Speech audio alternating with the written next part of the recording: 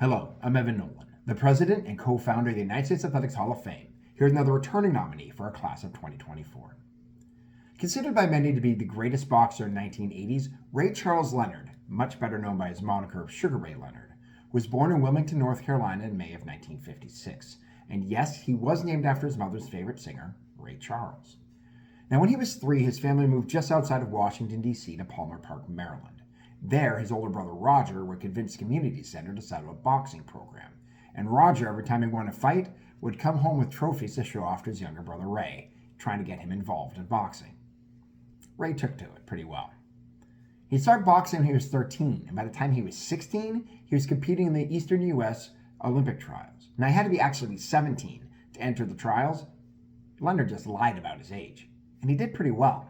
He actually made it to the semifinals of the tournament, losing a very controversial decision to a boxer named Greg Whaley. Now, how controversial was the decision? Whaley had taken such a physical beating in the match, he wasn't even allowed to fight in the finals of the tournament. As a matter of fact, Whaley never fought competitively ever again. The U.S. assistant coach Sarge Johnson took one look at Ray's fighting style and said, "Boy, that kid is sweet as sugar." And Sugar Ray Leonard's moniker was born. Now, by the time he was 17, he'd win the National Golden Gloves and the AAU lightweight division. At 19, he'd win gold of the Pan American Games, the light welterweight division, and would be the U.S. lightweight representative to the 1976 Olympics in Montreal. Many people, by the way, consider that 1976 team to be the greatest boxing team ever assembled. And Leonard would live up to the hype.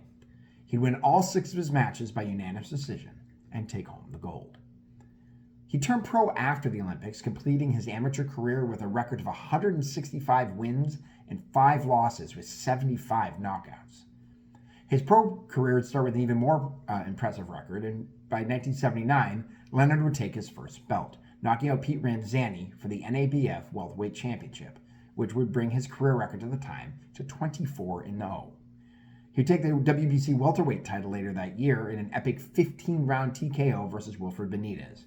It would be named the 1979 Fighter of the Year.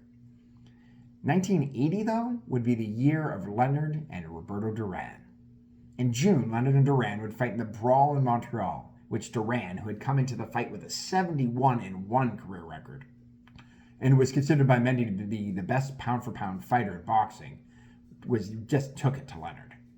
Duran would win by unanimous decision, taking the ring and WBC welterweight titles from Leonard. An immediate rematch was scheduled in New Orleans in November. It became one of the most famous fights ever. Leonard would constantly move around the ring, making it very hard for Duran to reach him. Duran was probably a little bit out of shape after celebrating his victory back in June. But as Leonard moved, he'd get in a jab in here and then, and Duran just couldn't counter. By the 7th round, Leonard was openly taunting Duran, sticking out his chin in an effort for Duran to goad him into punching him. And Duran couldn't. At the close of the 8th, Duran would utter some of the most famous words in boxing, "No mas," and Leonard would regain his titles. He'd move up the light middleweight division and take the WBA and ring titles from Ayub Kalule in June of 1981, and then defeat Thomas Hearns in the Showdown, a bloody 14-round TKO in September of 1981 to unite the world welterweight belts.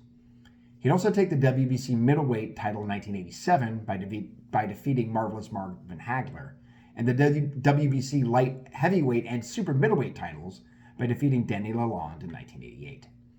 In all, he'd win titles in the welterweight, light middleweight, super middleweight, and light heavyweight divisions, and ended his career in an incredible 36-3-1, with 2 of those losses and the 1 tie coming in his final 4 fights. Sugar Ray Leonard is clearly one of the greatest boxers of all time. And he finished 53rd in our voting last year, not that far off the pace. Can you help him get over the top rope and into our class of 2024? Well, you gotta vote. In order to vote, you gotta go to our website at www.theUSAHOF.com. That's theusahalloffame.com. Voting will continue between now and our newly extended time of December 1st, so vote as often as you like between now and then, as long as it's only once a day.